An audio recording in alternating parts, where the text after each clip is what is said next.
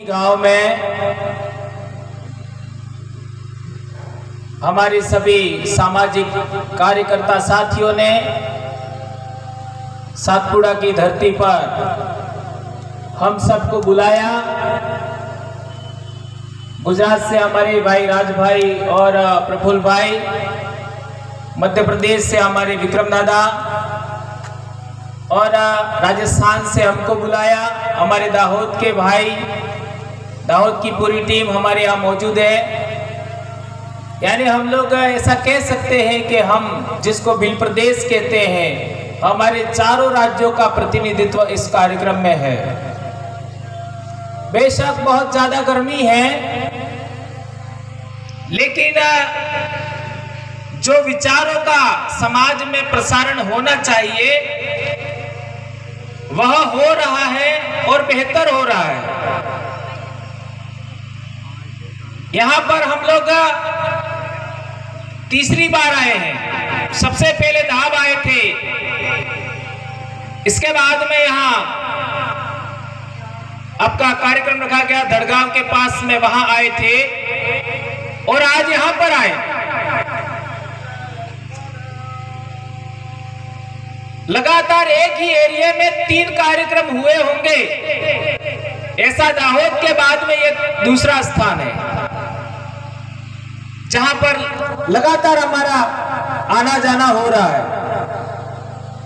और इसके लिए मैं हमारे खून का, हमारे डीएनए का एक होने का कारण सबसे बड़ा मैं मानता हूं। आपका खून, हमारा खून, हमारा डीएनए एक ही है। और यहाँ के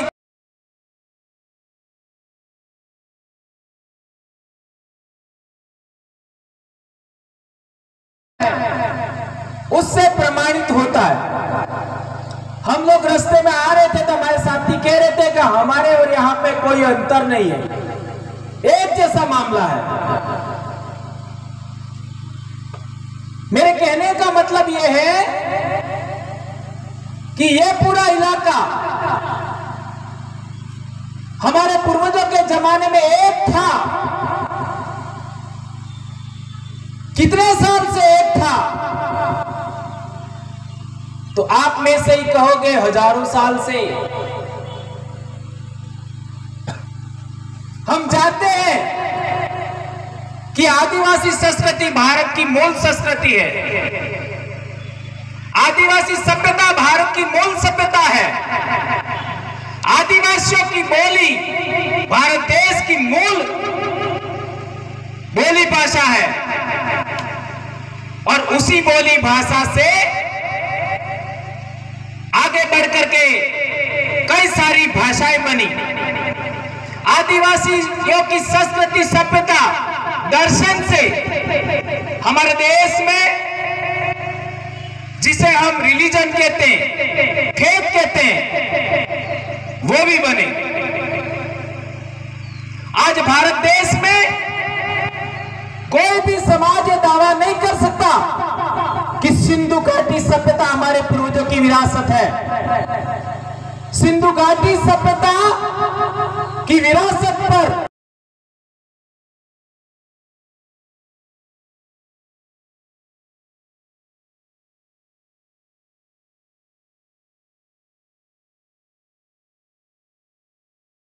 इस पर कोई दूसरा दावेदारी नहीं कर सकता। क्यों? क्योंकि यहां का मूल रहने वाला डीएनए हम लोग हैं, हमारे पूर्वजों का था, हम उनके वंशज हैं। ये बात हम जानते हैं। इससे हम आगे बढ़ते हैं तो सिंधु घाटी सभ्यता का विस्तार होता है गंगा घाटी में और महाजनपद कहलाता है। आज की तारीख में हिस्ट्री में पढ़ा जाता है कि 16 महाजनपद 600 बीसी में, अर्थात 2024 प्लस 600 यानी 2600 साल पहले 16 महाजनपद थे। उस जमाने में 60 से ज्यादा दर्शन थे भारत में, 60 से ज्यादा। और ये जो 60 से ज्यादा दर्शन थे, उनकी जड़ में, उनकी रीढ़ की हड्डी कहो तो आदिवासी दर्शन ही था। और उसमें सबसे ज्यादा कोई दर्शन भारत देश में और पूरी दुनिया में पॉपुलर हुआ तो वो सम्यक दर्शन था, जिसको बौद्ध दर्शन भी कहते हैं, बौद्ध धम्म भी कहते हैं। आज वो पूरी दुनिया में गया। 80 से ज्यादा देशों में बौद्ध धम्म को मानने वाले लोग हैं। ये हमारे पूर्वजों की विरासत आज इतने देशों में गई। वो डेवलपमेंट था। जैसे आज मैं कोई बात बोलता हूं तो मेरे बोली के शब्द भी आएंगे, मैं जिसमें पढ़ा हिंदी उसके भी वर्ड आएंगे, और मैंने अंग्रेजी भी पढ़ा तो उसके भी शब्द आएंगे। यानी 3 भाषाओं के शब्द मेरी बोली में आएंगे। मेरी बोली भी आएगी, हिंदी भी आएगी और अंग्रेजी भी आएगी। उसी तरीके से निरंतर इवोल्यूशन हो रहा है, निरंतर भाषाओं का इवोल्यूशन हो रहा है, संस्कृति दर्शन का इवोल्यूशन हो रहा है। हम जो आज कपड़ा पहन रहे हैं वे कल तक नहीं पहनते थे, कल तक पहनने के तरीके दूसरे थे।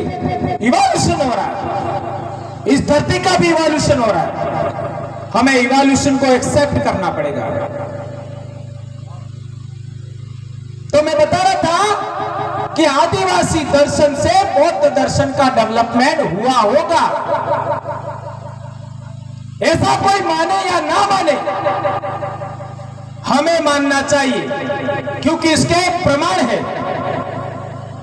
आज पिछले दिनों हम सिक्किम गए थे। ये पहला, सिक्किम के बाद हमारा पहला कार्यक्रम है। तो वहां पर ये जो गोंडवाना का प्रतीक चिन्ह है वो वहां मिला। हमारे आदिवासी बेल्ट में, जैसे विक्रम दादा बता रहे थे, क्या कई सारी हमारी माताओं का इलाका है। हमारे वहां पर भी माता जी हुआ करती है, उनको मताई बोलते हैं। मताई, आई शब्द होता लास्ट में, मताई। तो वहां पर लोग अपने मन्नत मांगते हैं, अपने इच्छाओं को पूरा करने के लिए। उसके लिए पत्थर के ऊपर पत्थर, पत्थर के ऊपर पत्थर, पत्थर के ऊपर पत्थर, ऐसा इतना ऊंचा बनाते, पत्थर के ऊपर पत्थर। वो हमने वहां पर भी देखा। इससे ये प्रमाणित हुआ। ये मैं बहुत सारी बातें बता सकता हूं, मेरे पास प्रमाण है, लेकिन केवल 2 बातें मैंने आपके बीच में रखा। इससे प्रमाणित होता है कि आदिवासी दर्शन से ही इसका इवोल्यूशन हुआ और आगे इसमें बौद्ध धम्म का डेवलपमेंट हुआ।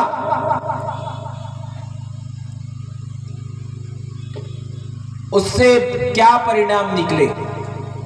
उससे पहला परिणाम निकला कि भारत में विश्वविद्यालय बने। विश्वविद्यालय, तक्षशिला, नालंदा, विक्रमशिला, ओदनपुरी, तेल्हाड़ा। आज की तारीख में 70 से ज्यादा विश्वविद्यालयों की खोज हो गई। और हमें क्या पढ़ाया गया? हमें यह पढ़ाया गया कि आदिवासी तो आदि अनादि काल से अनपढ़ है, असभ्य है। ऐसा हमको पढ़ाया गया। यदि हम अनपढ़ हैं, ऐसा मान लेते हैं, तो हमारे दिमाग में ये बात आती है कि हमें पढ़ना चाहिए, हमें पढ़ना चाहिए। तो इन लोगों ने वहां पर कौन सी भाषा में पढ़ाई कराते? हिंदी में कराते हैं। हिंदी के बहुत सारे शब्द होते हैं, वो हमारी बोली से उल्टा अर्थ निकालते हैं, उल्टा अर्थ होता है। संस्कृत भाषा पढ़ाते हैं और संस्कृत को कहते हैं सारी भाषाएं इससे बनी है।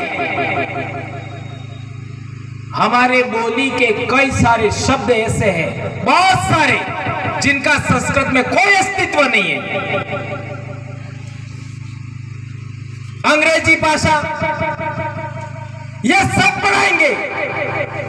लेकिन यदि आदिवासी भाषाओं में शिक्षणालय के अंदर पढ़ाया गया होता, पाठ्यक्रम बना होता, तो आदिवासी आज का होता, विचार करिए।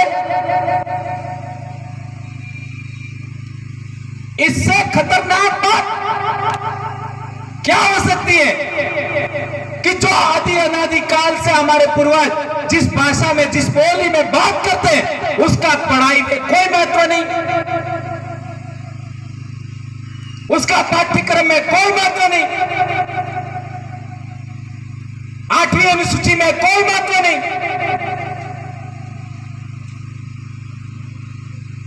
फिर बच्चा क्या सोचता है, यार मेरे घर में बोलते हैं, मेरी संस्कृति है, मेरे बाप दादे हैं, वो गलत है और ये सही है। इसकी वजह से हमारा पढ़ा लिखा वर्ग दूसरे समाज की ओर जाने लगा। पढ़ाई करने के बाद दूसरे समाज को फॉलो करने लगा। इसकी वजह से शहर में गए, शहर भी हमारा है, कोई उनका नहीं है, वो गलत है ऐसा मैं नहीं कह रहा, लेकिन संस्कृति सभ्यता हमने दूसरों की एक्सेप्ट की। किसी किताब के अंदर, संस्कृत भाषा की किसी किताब में, भारत में ये विश्वविद्यालय थे, उसके बारे में कोई उल्लेख नहीं है। कितनी बड़ी बात है। और इस संस्कृत साहित्य को हम तो सर पे लेके घूमते हैं। हमारा मानगढ़ पर पहला कार्यक्रम हुआ तो राजू भाई कह रहे थे, आज सुबह ही मैं आशीर्वाद लेके आया हूं, मेरे सर पर हाथ रखवा के आया हूं, अब मैं क्या करूं। रात को ये हमारी बहस हुई, बराबर राजू दादा, रात को ये हमारी बहस हुई। इस तरीके से हमने मौखिक, जैसे अभी बात कर रहा हूं, इस तरीके से हमने लोगों को पढ़ाया, उसका बहुत बड़ा परिणाम आया।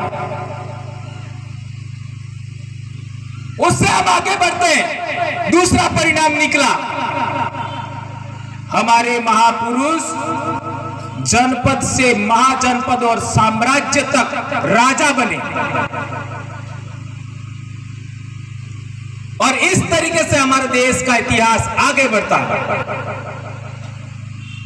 और एक बहुत महत्वपूर्ण बात याद रखनी होगी, आज कई लोग भील को भी जाति कहते हैं, यहां तक कि वसावा को भी जाति कहते हैं। और मध्य प्रदेश की तो बात ही छोड़ दो,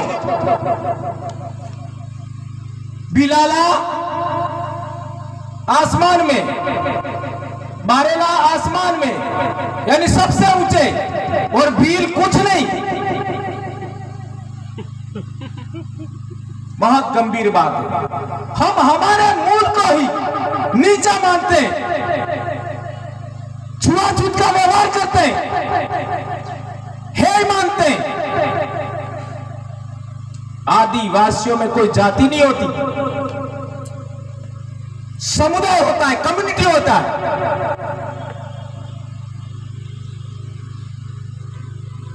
आपका ट्राइब का अर्थ क्या होता है? ट्राइब का अर्थ गण होता है, कबीला होता है, जाति नहीं होता। संविधान के अंदर शेड्यूल ट्राइब का हिंदी रूपांतरण उन्होंने किया, अनुसूचित जनजाति, इसमें जाति डाल दिया। जाति कास्ट होता है। तो मेरे कहने का मतलब है, ये भारत में जातियां कहां से आई? तो हमारे देश में एक आक्रमणकारी आया था जिनको हूण कहते हैं, मिहिर कुल। उसका बाप यहां पर आया था तोड़मार, और तोड़मार के बाद मिहिर कुल के हाथ में राज आया। उसने सबसे ज्यादा हमारे देश की व्यवस्था की रीढ़ की हड्डी, जो हमारे प्रतीक चिन्ह थे, आस्था के केंद्र थे, उनको तहस नहस किया। और इसके बाद में भारत में जाति व्यवस्था आई। और उसके बाद भी जिसको आज हम लोग समाज से बड़ा मानते हैं, समाज से ऊंचा मानते हैं, यहां तक कि अपने भाई, मां, बाप, पत्नी, बच्चों से भी श्रेष्ठ मानते हैं, कोई भी काम करना होता है तो भाई को नहीं पूछते, पत्नी को नहीं पूछते, किसी और को पूछने जाते। बच्चा पैदा करने के बाद बच्चे का नाम क्या रखूं, उसके लिए हम दूसरे को पूछने जाते हैं। घर बनाने के बाद घर में पूछा कैसे करूं, कैसे प्रवेश करूं, उसके लिए दूसरे को पूछने जाते हैं। वो लोग उस जमाने में कहां थी, यह आपको इतिहास जानना पड़ेगा। उस समय अरब में इस्लाम धर्म नहीं आया था, जब मिहिरकुल का भारत में राज था और हमारे देश की सभ्यता संस्कृति को ताश नश किया था। हमारे पूर्वज भी पढ़े लिखे थे उस जमाने में।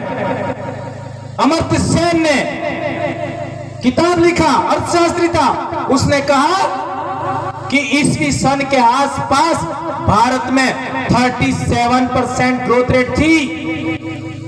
37%। आज कितनी है? 7 से 8%। विचार करिए, ईरान का जो साम्राज्य था उसका भारतीय हिस्सा था, वो सबसे ज्यादा रेवेन्यू देता था। आज का पाकिस्तान, गंदार, सतलज नदी का इलाका और सिंध का इलाका सबसे ज्यादा रेवेन्यू देता था। 550 BC के आसपास उन्होंने वो इलाका जीता था। उनके शिलालेख में भी लिखा हुआ है। तो मेरे कहने का मतलब यह है कि अरब में इस्लाम आया और अरब के इस्लाम के लोगों ने ईरान को जीता। उस समय ईरान में कौन सा धर्म था, याद करिए, समझिए, पढ़िए। वहां के लोग हारे, वहां के पुजारी हारे, राजा हारे। भारत में मिहिरकुल के आक्रमण की वजह से वैक्यूम था, वो लोग भारत में आए और इसके बाद हमारे देश में हमारी जमीनों पर कब्जा करने की बात शुरू होती है उस जमाने में, जिसको आप जागीरदारी की प्रथा कहते हो। उसके बाद में उसका डेवलपमेंट हुआ और होते होते होते भारत की सारी के सारी समतल जमीन, सारी नदियों के किनारों की जमीन, वहां पर रजवाड़ों की स्थापना होती है। इसलिए 6वीं 7वीं शताब्दी से पहले कोई रजवाड़ा नहीं था, उसके बाद रजवाड़ों की स्थापना होती है। और इसके बाद की कहानी तो आप जानते ही हो। इसलिए हमारा पूर्वज अंग्रेजों के जमाने में, इससे पहले के राजाओं ने जंगल पर कभी दावेदारी नहीं किया।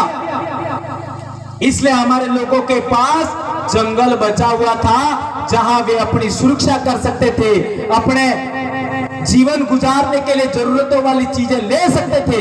लेकिन अंग्रेज लोगों ने फॉरेस्ट का कानून बनाया, अंग्रेज लोगों ने आईपीसी बनाई 1860। इसकी वजह से आदिवासियों को असुरक्षा महसूस हुई और उसी असुरक्षा की वजह से आदिवासियों ने आंदोलन शुरू किए। नहीं तो मुगलों के जमाने तक तो हमारे राजा थे। आदिवासियों ने आंदोलन अंग्रेजों के जमाने में ही क्यों किए? उसका एकमात्र कारण यही है कि अंग्रेजों ने जंगल के लिए कानून बनाए, अंग्रेजों ने संस्कृति सभ्यता के लिए भी कानून बनाए, अंग्रेजों ने आईपीसी बनाई। ये नहीं बनाए होते तो उस समय आंदोलन संभवतः नहीं होते और हमारे जंगलों की भी कटाई शुरू हुई, खनिज संपदा की खनन शुरू हुआ, हमारे इलाके में सड़कें बनाने लगे।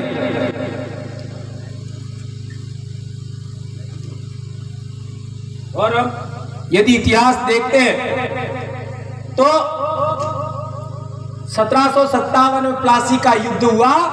उसके 6 साल बाद 1768 से 1947 तक, जून 1947 तक हमारे पूर्वज लड़े। कालीबाई, जून 1947, कालीबाई, नानाभाई खाट, सेंगाबाई रोत, आप जानते होंगे। इतना लंबा संघर्ष करने के बाद हमारे पूर्वजों को, हमारे लोगों को हक अधिकार मिले, लेकिन वो हक अधिकार कागज में रह गए, धरातल पर लागू नहीं हुआ। उसका कारण क्या है? देखिए, इतने सालों से हमारे पूर्वजों ने लड़ाई लड़ी, हमको हक अधिकार मिले, लिखित में मिले, लागू नहीं हुए। उसका कारण क्या? कारण पता होने से इलाज शुरू होता है। कारण पता होना चाहिए। क्या कारण? उस कारण की आज तक किसी ने खोज नहीं की, उसकी खोज नहीं की। और यदि खोज किया होता तो उस मार्ग में बड़े होते। इसलिए आदिवासी परिवार बनने से पहले 12 साल तक हमने अध्ययन किया विभिन्न संगठनों का, 12 साल। और 12 साल संगठनों का अध्ययन करने के बाद हमने ये फाइनल किया कि कौन कौन सी गलतियां संगठन कर रहे हैं। ये सभी सामाजिक संगठन कौन कौन सी गलतियां करते, उसको हमने आइडेंटिफाइड किया और आइडेंटिफाइड करके हमारे जन जागरण का हिस्सा बनाया। ये हमारे तपस्वी भाई बैठे हैं। हम लोगों ने कैसे संगठन खड़ा किया? सोशल मीडिया पर आपस में लड़े, गालियां गलौज हुआ। तपस्वी भाई अपना तपस्वी ऐसा लिखते थे, तो तपस्वी तो कोई लड़की होगी, मैं तो ऐसा मानता था। तो हमारा पर्सनल चैटिंग हुआ, तो मैंने यहां तक कह दिया मैं लड़कियों से बात नहीं करता। पूछो मेरे बड़े भाई, इनको पूछिए दावत से, अनाप शनाप और लड़ झगड़ करके मानगढ़ पर इकट्ठा हुए। उसमें आपका साउथ गुजरात से बहुत सारे भाई आए थे, एमपी से भी भाई आए। और उस जन जागरण से हम लोग आगे बढ़ते बढ़ते बढ़ते बढ़ते कई कार्यक्रम, हमारे राज भाई और भाई प्रफुल्ल भाई भी आए, हमारे विक्रम दादा और बहुत सारे एमपी के भी साथी आए। और हम स्टेप बाय स्टेप आगे बढ़ते रहे बढ़ते रहे बढ़ते रहे। हमने किसी की परवाह नहीं किया। जब निर्णय लेने की बात आती है, हम लोग समाज हित के अलावा कोई दूसरा निर्णय नहीं लेते। चाहे कुछ भी हो जाए, हमारे लोग भी नाराज हो जाए, तो भी मैं हिचकिचाता नहीं। जो निर्णय समाज हित में आने वाली जनरेशन के लिए, आने वाली पीढ़ी के लिए लेना है, वही लेंगे। और उसका सुखद परिणाम आया। 2017 में हमारे लोगों ने बोला कि सब लोग किसी को वोट नहीं देना चाहते, अब क्या करें? इस समस्या का समाधान किसी ने नहीं किया, जो 2017 में हमारे लोगों ने सवाल किया था, मेरे ही घर पे बैठ के। 100% सामाजिक संगठन था, संगठन भी नहीं था, खाली बैनर था। 100% हम एपीओपी हुए, निलंबित भी हुए, बहुत कुछ हुआ, जैसे विक्रम दादा के साथ हुआ, सब हुआ। लोगों ने सवाल खड़ा किया कि अब किसी को वोट देना नहीं है, क्या करें? उसका समाधान गुजरात के आदिवासियों ने नहीं किया। इस प्रश्न का समाधान मध्य प्रदेश के आदिवासियों ने नहीं किया। इसका समाधान महाराष्ट्र के आदिवासियों ने नहीं किया। इसकी वजह से लगातार समस्याएं बढ़ रही हैं। अब चूंकि हमारे पास समय था, तो हमारे सारे साथियों ने मिलकर के फैसला किया, 5 आदमियों की कमेटी बना दी और रजिस्ट्रेशन करवा लो, जाओ दिल्ली। अब ये लोग घूमे, सब किया, लेकिन कोई अनुभव तो था नहीं, कर नहीं पाए। फिर फैसला हुआ कि क्या करें, तो गुजरात में ही अपने लोगों का राजनीतिक संगठन है, उसको ले आते हैं। और यहां पर हम आए, राजू भाई ने बैठे, हमने लिखित हस्ताक्षर किए। 4 राज्य के 16 जिलों के लोग थे, मीणा भी थे, हस्ताक्षर किए और हम इसी के अनुसार चलेंगे। अब उस समय किसी को पता नहीं था कि राजस्थान में कितना जन जागरण हो चुका है, तो उन्होंने कह दिया भाई समाज की पार्टी है, ले जाओ, जैसे चला नहीं वैसे चलाना। और वहां जाने के बाद हमने इतनी इनकी मदद भी नहीं ली, इसके बावजूद हम 2 आदमी जिताने में कामयाब हो गए। 2 एमएलए जिताने में हम कामयाब हो गए।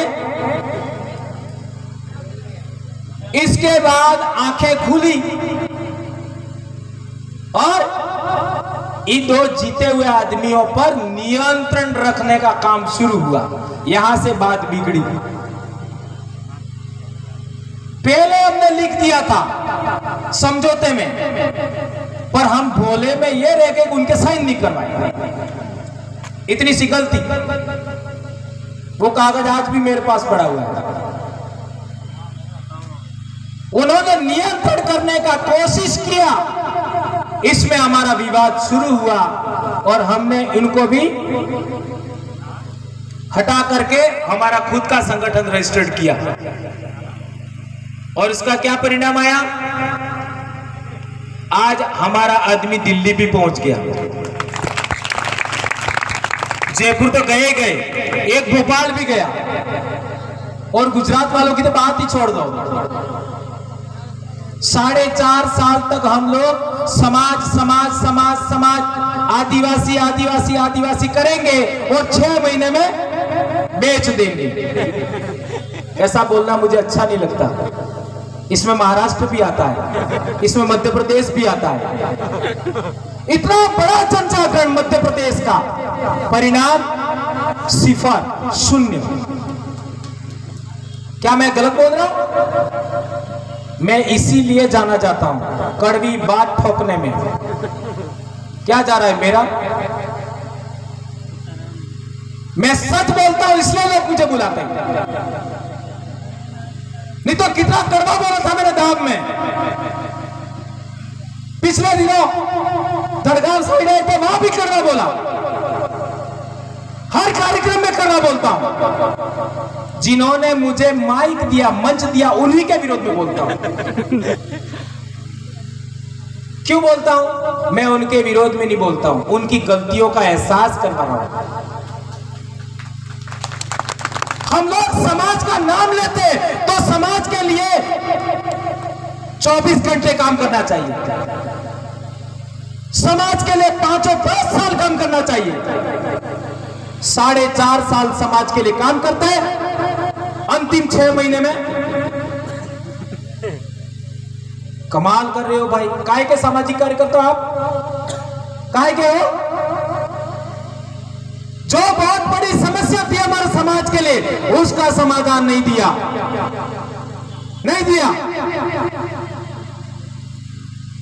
यदि हमारे गुजरात के भाई मान गए होते हमारी बात कितनी थी?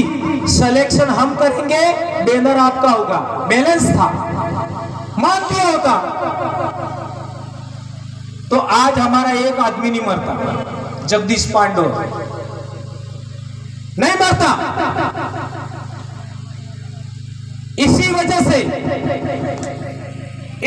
से हमने इनसे संबंध तोड़ने की बात किया। फिर बाद में बात हुई तो आदिवासियों से संबंध तोड़ना आदिवासी के लिए सही नहीं होता है। खटास हो सकती है, दूरियां हो सकती हैं, लेकिन यदि आप सामाजिक कार्यकर्ता हो तो समाज के लिए एक चाचम पर बैठना होगा और हम एक चाचम पर बैठने के लिए तैयार हैं और हमने ये बात किया। आज की तारीख में आप लोगों ने देखा होगा कि हमारा मध्य प्रदेश में भी हमको सफलता मिली, राजस्थान में मिली और किसी की सहायता के बगैर हमारा आदमी दिल्ली पहुंच गया। आज ही गया है दिल्ली, बवरलाल परमार सातपुड़ा में, वो दिल्ली में। अब आप में क्या कमी है जो आपका दिल्ली में नहीं गया है? गुजरात के लोग हमारे से ज्यादा पैसे वाले हैं, क्या कमी है? मध्य प्रदेश वाले भी हमारे से ज्यादा सक्षम हैं, क्या कमी है? तो आप कहोगे बवर जी आप गलत बोल रहे हो, हमारे गए हैं वो भी तो हमारे हैं। ऐसा ही कहोगे ना? आपके गए वो भी हमारे हैं ना, हमारे गए वो भी हमारे हैं। तो तुम्हारे गए हैं उनका सिलेक्शन किसने किया? दिल्ली और मुंबई वालों ने। किसने किया? दिल्ली वाले ने। दिल्ली वालों ने। पार्टी ने किया। पार्टी में निर्णय लेने वाला होता कौन है? दिल्ली वाले, जिसने पार्टी बनाई। बात वही है ना? पार्टी में निर्णय कौन लेता है? जिसने पार्टी बनाई। इसी के लिए तो हमारा गुजरात में लड़ाई हुआ था। यही बात गलती गिना रहे थे हमारे भाई राजभाई, गिना रहे थे, प्रफुल्ल भाई गिना रहे थे कि जो सिरमौर होता है वो अपनी इच्छा ना थोपे। समाज की आम सहमति से बना, समाज का सर्वसम्मति से बना निर्णय को ही आगे बढ़ाना चाहिए। यही हमारे संगठन की सबसे बड़ी खासियत है। सबसे बड़ी खासियत, हम किसी भी दूसरे जिले में दखलंदाजी नहीं करेंगे। हम बांसवाड़ा में भी नहीं करते, उदयपुर में भी नहीं करते। किसके मामले में? निर्णय के मामले में, जन जागरण के मामले में हम कहीं भी जा सकते हैं। एक ही जगह प्रतिबंध है, निर्णय। एक निश्चित टेरिटरी से बाहर, यानी हमारी टेरिटरी है, उससे बाहर, हमारे निर्वाचन क्षेत्र से बाहर हम लोग दखलंदाजी नहीं करेंगे। इसके लिए व्यवस्था बनाएंगे। जन प्रतिनिधि सिलेक्शन प्रणाली, जितनी पंचायत इतने वोटर। अभी हमारा सांसद का चुनाव था, 704 वोटर थे, क्योंकि 704 पंचायतें थी, तो 704 वोटरों ने वोट दिया। जिस आदमी का सिलेक्शन हुआ उसने चुनाव लड़ा, जीत के दिल्ली चला गया।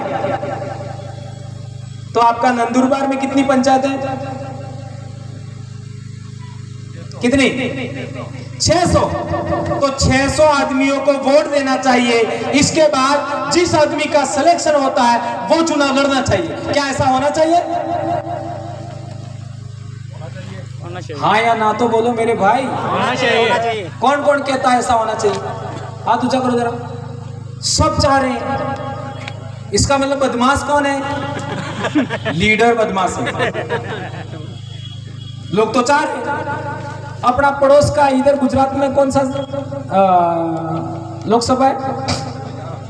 भरूच। तो भरूच तो थोड़ा सा वो है, पूरा नहीं है। और अपना पड़ोस में पूरा कौन सा है? बारडोली। बारडोली में भी 600-700 गांव होंगे, उदाहरण के लिए। चलो अपना भरूच का लेते हैं। भरूच में भी प्रफुल्ल भाई 600-700 ही गांव होंगे ना। तो 600-700 गांवों के लोग हर एक पंचायत से एक व्यक्ति वोट करे और उससे जिसका भी सिलेक्शन हो वो चुनाव लड़े। बात खत्म। इतनी सी तो बात स्वीकार करनी है। और क्या करना है? वहां पर जैसे नंदुरबार के अंदर पड़ोस में खरगोन का इलाका है, वहां का आदमी इंटरफेयर नहीं कर सकता। नंदुरबार के अंदर पड़ोस में भरूच का आदमी है, वो इंटरफेयर नहीं कर सकता, वोटिंग भी नहीं करेगा। कितना बढ़िया व्यवस्था है। सोचिए, इसी व्यवस्था ने राजस्थान में इतना बड़ा काम किया है। इतना पैसा डाला, इतना पैसा डाला, इतना पैसा डाला, जीरो। सामने वाला आदमी हेलीकॉप्टर में घूम रहा है, नहीं यहाँ वाले तो मोटरसाइकिल और कार में घूम रहे हैं और वो जीत गए। तुम्हारा गुजरात का सबसे बड़ा हीरो भी आया था, मंगलसूत्र। सब आए, रिजल्ट 0, 0। जब वो बात वहां हो सकती है तो यहां भी हो सकती है। भारत देश के 47 लोकसभा में हो सकती है। जो हमारे 84 विधानसभा में हो सकता है, वह 487 पूरे देश की विधानसभा में भी हो सकता है। इतनी सी बात स्वीकार करने से हमारी आजादी शुरू हो सकती है। बिरसा मुंडा का जो आंदोलन था उसको दिशा मिल सकती है। बिरसा मुंडा जो चाहते थे वो हो सकता है। तो बाधा क्या है? हमारे लीडर बाधा हैं, हमारे समाज के लीडर बाधा हैं। लीडर दूसरे लोगों की चमचागिरी कर रहे हैं। ये थोड़ा शब्द कठिन हो गया। भाई कह रहे बराबर है, चलो चलने देता हूं मैं भी। हमारे लीडर दूसरे समाज की चमचागिरी कर रहे हैं। तो समाज की चमचागिरी करने में क्या दिक्कत है? अरे जब दूसरों की चमचागिरी कर ही रहे हो तो समाज की चमचागिरी क्यों नहीं करना चाहते? यह सबसे सवाल है मेरा, सबसे, पूरे भारत के आदिवासियों सबसे सवाल है मेरा। जब दूसरे जो गैर आदिवासियों की गुलामी कर ही रहे हो तो आदिवासी समाज की गुलामी करने में क्या तकलीफ है? यह सवाल गलत है तो बताओ मेरे को। दूसरों की गुलामी कर रहे हो, तुम्हारे समाज की गुलामी करने में क्या तकलीफ है? और चमचागिरी भी समाज की करने की जरूरत नहीं है, गुलामी भी करने की जरूरत नहीं है। ये तो थोड़ा सा, मेरी भाषा ही ऐसी है, मैं बोलता हूं ऐसे, कुछ करने की जरूरत नहीं है। ये चीज हमने क्यों बनाई? भारत देश में ऐसा कौन सा आदमी होगा, ऐसा कौन सा एरिया होगा जहां के लोग संगठन बनाए और वो संगठन का जहां विस्तार हो वहां के लोगों को अधिकार दे दे? ऐसा कैसे हो सकता है? कोई कर सकता है क्या? नहीं कर सकता। क्यों किया ऐसा? हमको पता था। यूएनओ का घोषणा पत्र पढ़ो 2007, संविधान पढ़ो, उसमें वहां के लोगों को स्वशासन के मामले में स्वयं निर्णय लेने का अधिकार है। स्वशासन कब आएगा? स्वयं निर्णय लोगे तब। इसलिए हमने उस निर्वाचन क्षेत्र के लोगों को स्वयं निर्णय लेने के लिए कहा। यह नियम बनाए। अब आपको नंदुरबार में क्या करना है? आप चढ़ो, आपको निर्णय लेना है। भले कूटाओ चाहे कुछ भी करो, आपस में ठुक जाओ तो ठुक जाओ, हमारे क्या लेने देना? तुम्हें अकल नहीं है, क्या कर सकते हैं? ऐसा कहना पड़ेगा। क्यों? हमारे आदिवासियों में एक बड़ी समस्या है। ये इनमें से हमारे इलाके में नहीं है, ऐसी बात नहीं है, हमने इसको कंट्रोल किया हुआ। हाँ, इस इलाके में मेरे को टक्कर कौन दे सकता है? तो एक्स आदमी मेरे को टक्कर दे सकता है, ये नहीं चाहिए। ये बीमारी है कि नहीं? मेरे इलाके में कौन टक्कर दे सकता है? ये दे सकता है, तो ये नहीं चाहिए। ये आदमी ऐसा है, उसका क्रिटिसाइज करते हैं, ये बीमारी छोड़नी पड़ेगी। नंबर 1, हमें हर एक आदमी चाहिए, चाहे वो दुश्मन के खेमे में तो भी वापस लाना है, दुश्मन के लिए काम कर रहा है तो भी वापस लाना है, दुश्मन के धर्म में तो भी वापस लाना है, दुश्मन के राजनीतिक संगठन में तो भी वापस लाना है। ये जाजम को बड़ा करना है, आदिवासियों की जाजम को सर्वशक्तिमान बनाना है। ये जिस दिन होगा उस दिन हम सफल हो जाएंगे। हम कभी मंच पर भी नहीं बैठते, यहां तक कि हमारे एमएलए एमपी हैं वो भी नहीं बैठ सकते। जैसे ही बैठेंगे लोग बोल पड़ेंगे, ना ये गलत नहीं चलेगा। हमारे इलाके में जो एमएलए है हमारे, उनको लोग मुंह पर भी गाली दे देते। अब कैसा हो सकता है? नहीं, मुंह पर अपन बैठे तो भी कह सकते हैं। क्यों कह सकते हैं? अधिकार। हमने तेरे को जिताया है, हमने तेरा चयन किया है। ये बात समझनी पड़ेगी। तो मेरे कहने का मतलब ये है, आपको किसी को बुरा नहीं लगना चाहिए। मैं जो बहुत बड़ी समस्या समझा रहा हूं, जो अंग्रेज भारत में आए तब से, उससे पहले से समस्या है, उसका समाधान का रास्ता बता रहा हूं। नहीं तो आने वाली जनरेशन बर्बाद हो जाएगी। बहुत खतरनाक परिस्थितियां हैं, हमारे समाज का समूल नाश हो जाएगा। आज ये जो सातपुड़ा है उसमें 7 से 8 तो डैम बना रहे हैं, कितनी सुरंगें बना रहे हैं, क्या होगा? और केवड़िया का उदाहरण तो देख ही लिया आपने। इस केवड़िया की घटना से मैंने सबक सीखा। क्या सबक सीखा? संविधान में कितने भी प्रावधान होंगे, सुप्रीम कोर्ट के कितने भी जजमेंट होंगे, ग्राम सभा के कितने भी पावर होंगे, लेकिन जो शासक होगा वो ही निर्णय लेगा। Am I right? क्या रॉन्ग? ये बात है, जो राज्य में बैठा है वही व्यक्ति निर्णय लेगा, उस निर्णय को प्रशासन अमल करेगा। पूरा 5th शेड्यूल का इलाका सुप्रीम कोर्ट के जजमेंट के बावजूद ये हुआ। और दूसरा मैंने सबक लिया हसदेव से। हसदेव में क्या हुआ? यही हुआ, इतना सुंदर जंगल, आज भी पानी नदियों का बह रहा है उस इलाके में, गर्मी नहीं लगती, पेड़ के ऊपर पेड़ है, इतना जैव विविधता भरा जंगल है, उसको बुझाड़ रहे हैं, पहाड़ों को काट रहे हैं, जंगली जानवर भी परेशान है। रहम है कोई इंसानों में? उन इंसानों में कोई रहम है क्या? नहीं है। ये बात हमें समझना पड़ेगा। इन दोनों बातों से हमने सबक सीखा और हमने ये काम इसलिए किया है, ये रजिस्ट्रेशन इसलिए किया है। बहुत सारी परेशानियां झेला, इसके बावजूद हम झुके नहीं, चाहे जो होना हो। ये 2011 से मैं बीमार हूं, इस बीमारी से 2011, विचार करिए।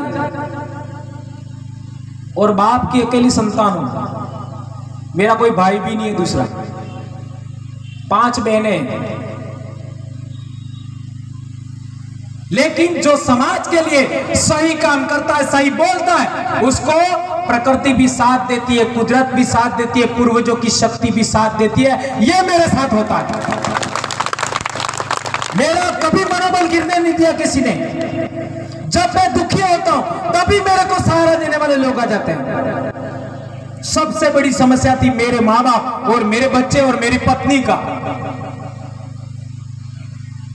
और मैं कई बार कह चुका हूं, मेरे बच्चों को मैंने कभी नहीं पढ़ाया।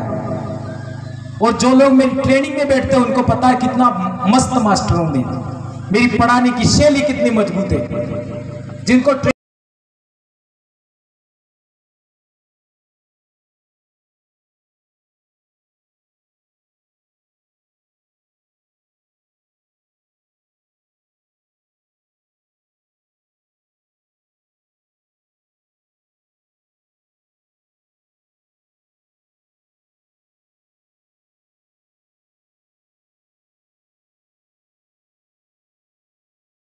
देते हम लोग, यदि मैं जवाब नहीं दे पाए दूसरे साथी जवाब देते, ऐसे ट्रेनिंग होता है। इसलिए कितना भी पैसा डालो कोई फर्क नहीं पड़ेगा, कितना भी दारू पिलाओ कोई फर्क नहीं पड़ेगा, कितने भी लॉलीपॉप दो कोई फर्क नहीं पड़ेगा। लोगों को जहां वोट देना वहीं देते हैं, इसलिए हम जीते। ऐसा ही आपके इलाके में करना होगा। क्यों करना है? जल, जंगल, जमीन, संस्कृति, बोली, भाषा, इतिहास को बचाना है तो, हक अधिकार को बचाना है तो, परेशान नहीं होना तो। हम कहीं पर भी कोई हस्तक्षेप नहीं करेंगे। व्यवस्था के मामले में हम कटिबद्ध हैं, व्यवस्था में बदलाव नहीं होगा। व्यवस्था के मामले में आप गलती करोगे हम बोलेंगे, बाकी सिलेक्शन का राइट्स आपके पास। और यदि आपका आदमी जीत भी जाता है तो उसके हिस्से का 1 रुपया भी नहीं चाहिए हमको, ये भी सुन लो। और वो आदमी आपका इलाके का जीत जाता है, आपके ऊपर ही खर्च करेगा। ये हमारे सब नियम है, पूरे पहले नियम समझो। ऐसा कोई संगठन नहीं बना सकता, हमारे राजस्थान के लोगों ने, हमारे भाइयों ने मिलकर बनाया। और ये सारे नियम कायदे हम लोगों ने बनाए, इंटेलेक्चुअल पर्सन ने। पूरा देश घूम जाओ, कहीं पर भी ऐसे नियम कायदे कहीं पर भी मिल जाए मेरे को बोलना, कहीं पर भी ऐसे संगठन की व्यवस्था मिल जाए मुझे बताना। नहीं मिलेगी। इसलिए आज हम 11 राज्य में पहुंच गए। 11 राज्य में हमारे प्रदेश अध्यक्ष और राष्ट्रीय उपाध्यक्ष बन गए, 11 राज्य में। और सबसे पहले गुजरात वालों को सबको पद मुक्त कर दिया, और कल परसों ही मध्य प्रदेश वालों को भी सबको पद मुक्त कर दिया, राजस्थान वालों को भी सबको पद मुक्त कर दिया। अब जुलाई में वापस नया संगठन बनाएंगे। कब? जुलाई में।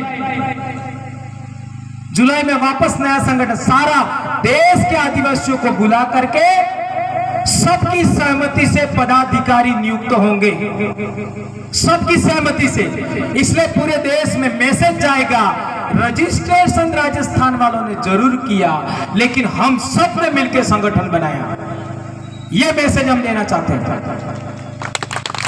हर एक राज्य में 4 बड़े पद होंगे, और चारों पद कौन आदमी होगा यह निर्धारण करने का अधिकार वहां के लोगों को होगा। मध्य प्रदेश में वो पदाधिकारी कौन होंगे, मध्य प्रदेश वाले जाने। राजस्थान में वो पदाधिकारी, गुजरात में पदाधिकारी कौन होंगे, वो गुजरात वाले जाने। और महाराष्ट्र में वो पदाधिकारी कौन है, वो महाराष्ट्र वाले जाने। आंध्र प्रदेश में भी वही होगा। आज की तारीख में ओडिशा नहीं, ओडिशा में रुक गया हमारा, ओडिशा में नहीं हो पाया। मात्र मेनलैंड एरिया में हर जगह हमारा संगठन गया, वहां प्रदेश अध्यक्ष जरूर है, लेकिन काम नहीं हुआ, इसलिए वो नहीं कर पाए।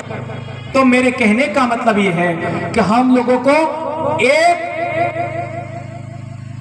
टेंट के नीचे एक जाजम पर बैठने का काम तो हम जरूर करते हैं, एक राजनीतिक संगठन के नेतृत्व में हमको आना पड़ेगा। और नहीं भी आए तो कोई बात नहीं है, अलायंस बनाओ। आज 8 से 9 संगठन हैं पूरे देश में रजिस्टर्ड, उनसे वार्तालाप चल रहा है, अलायंस बन रहा है। और मैं तो यहां तक कहता हूं, गुजरात वाले भी एक आध और रजिस्ट्रेशन कर दो, कोई दिक्कत नहीं। मध्य प्रदेश वाले भी एक आध और रजिस्ट्रेशन कर दो, कोई दिक्कत नहीं। और महाराष्ट्र वाले भी कर दो, कोई बात नहीं। इसके बाद अलायंस बनाएंगे। चलो, ये भी हमें मंजूर है, हमें तो कोई तकलीफ नहीं। आप 25 संगठन दूसरे बनाओ के फेल होंगे, ये मैं आज कह रहा हूं, सातपुड़ा में बैठ के फेल होंगे। आप संगठन बना रहे हो, सिलेक्शन प्रणाली बनाना पड़ेगा, इतना है। क्योंकि हम सिलेक्शन प्रणाली पर बोलते रहेंगे, बोलते रहेंगे, बोलते रहेंगे, वो ही आपको हरा देगी, गारंटी। और मुझे अब बोलने की भी जरूरत नहीं, जितना बोल दिया वही पर्याप्त है। अब लोग समझ गए। इसलिए मेरे दोस्तों, आप लोगों ने बहुत सारी बातें सुनी और समझी, इसको इंप्लीमेंट करिए। हम बार बार आपके बीच में आएंगे, इस मुगालते में नहीं रहना, क्योंकि भंवरलाल परमार ये केवल बिल प्रदेश का बेटा नहीं है। आज की तारीख में मुझे हर जगह जाना पड़ेगा, ये बातें बतानी पड़ेगी, और क्या क्या बाधाएं आएंगी उस पर भी बोलना पड़ेगा।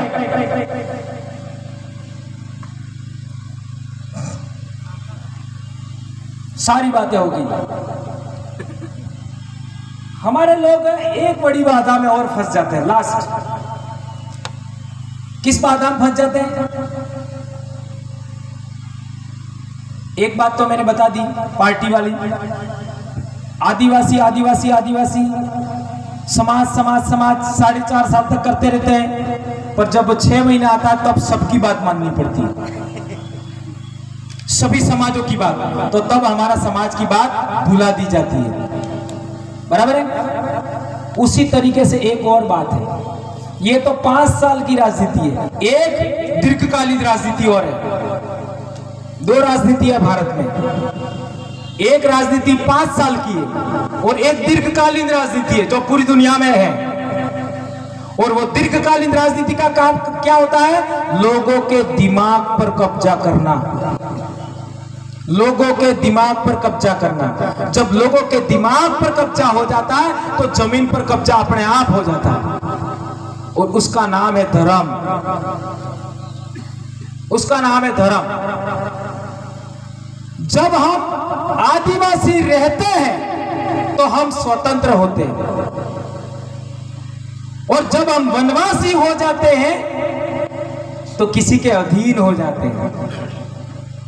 आए समझ में? इसलिए वो कभी आदिवासी नहीं कहते हम। इसलिए आदिवासी हक अधिकार की बात आपको आगे बढ़ानी है तो आपको आदिवासी ही रहना पड़ेगा, वनवासी नहीं बनना। और तो और सुप्रीम कोर्ट ने भी कहा है कि हिंदू शब्द धर्म नहीं है, ये ज्योग्राफिकल नेम है। जो मैं बता रहा था ईरान के राजा वाला, जो हमारे भारत का कुछ हिस्सा उनके कब्जे में था, उन्होंने इसके लिए HIDUS हिडूस और HADOV हिदो ऐसा उन्होंने शब्द लिखा था अरामाइक भाषा में। इसी को आधार मान करके ये धर्म का नाम उन लोगों ने डिजाइन किया। तो जब उसकी बात आती है तब हम हक अधिकार भूल जाते हैं। आदिवासी का यानी जब हिंदू की बात आती है तब हक अधिकार खत्म। ये बात हमें समझनी पड़ेगी अच्छे तरीके से।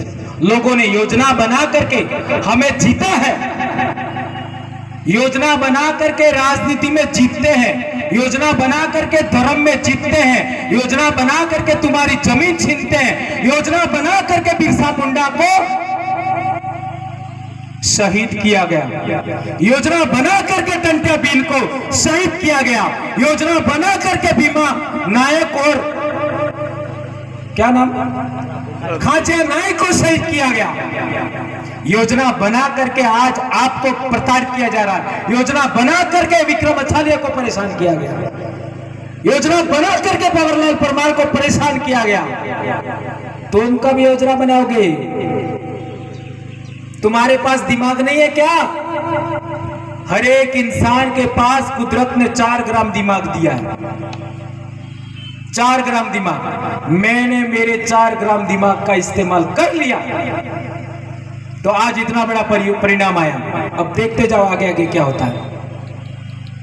इसलिए हमें अपने स्वाभिमान को जिंदा रखते हुए, अपने मान सम्मान को जिंदा रखते हुए सबको साथ लेकर चलने की सोच स्वीकारनी होगी। ये लास्ट पॉइंट है, सबको साथ लेकर चलने की सोच स्वीकारनी होगी। बारिश के दिनों में एक पक्षी आते हैं, हमारा आड़े आड़े अपने आसमान में उड़ते ना, इसको क्या बोलते हैं? बतख, कई लोग तो बतख भी कहते हैं। आड़े वो कैसे चलती है? ऐसे वी आकार में, आसमान में वी आकार में चलते हैं ना, चलते हैं। इनके बीच में फिक्स डिस्टेंस होता है, सबसे पहले 1 होता है, और वो भी कितना है? 1 होता है 1 फुट के आसपास, उससे ज्यादा नहीं।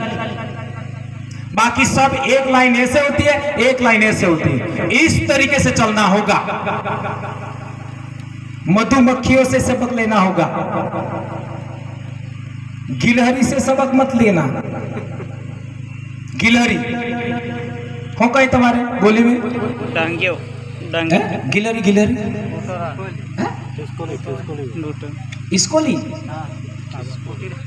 खिसकोली इसकोली क्या बोलते हैं? जो भी उसका उससे सबक मत सीखना। क्यों?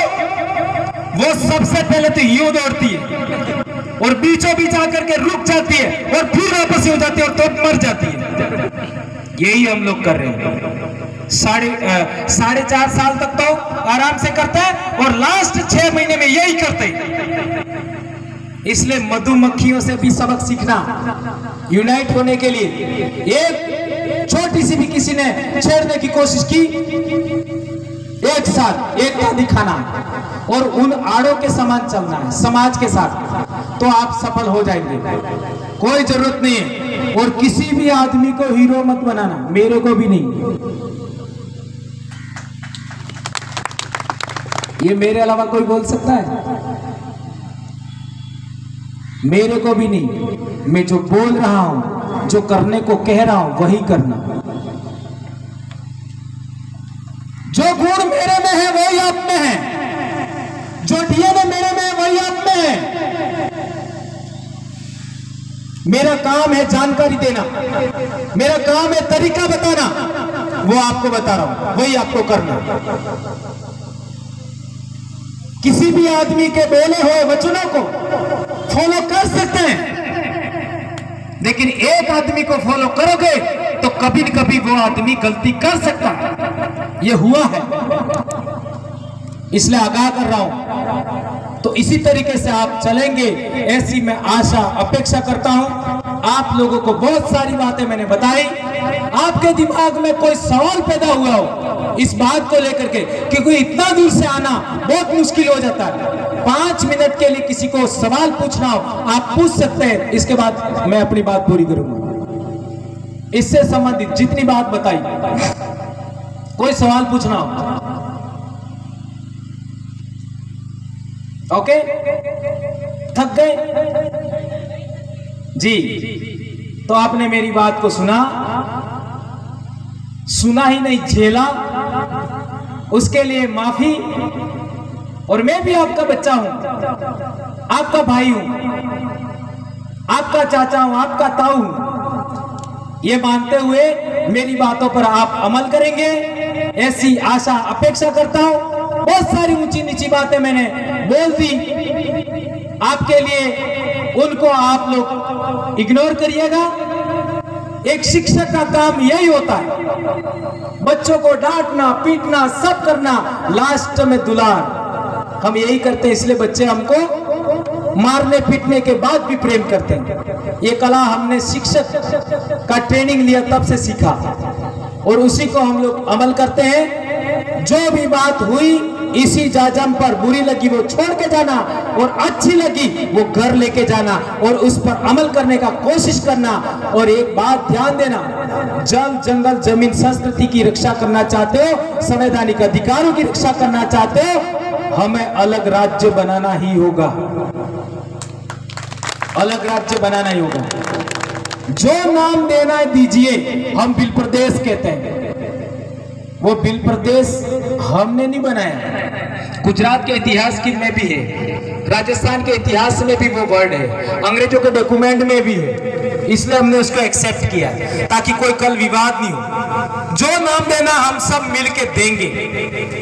और अभी से राजधानी पर मत लड़ जाना बनने से पहले, क्योंकि हमारे उधर कोहली में कहावत है, वेद पहलू डोकू पलाड़ो रखेंगे, यानी नाई तो आया ही नहीं ना माथा बिगा दिया ही।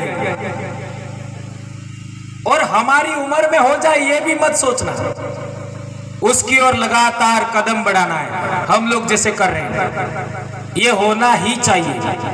आज इसका रेफरेंस देख लो, झारखंड में हमारा मुख्यमंत्री हुआ, एक हमारा मुख्यमंत्री, और देश का शासन देखो, एक गैर आदिवासी मुख्यमंत्री था, उसको प्रचार करने के लिए कोर्ट ने इजाजत दे दी, और एक आदिवासी मुख्यमंत्री को कोर्ट ने इजाजत नहीं दी। कितना आप भेदभाव हो रहा है सोच सकते हैं। राष्ट्रपति हमारी, क्या हो रहा है? मणिपुर का रेफरेंस देखो, मणिपुर में राज्यपाल हमारी थी, क्या हुआ देख सकते हो।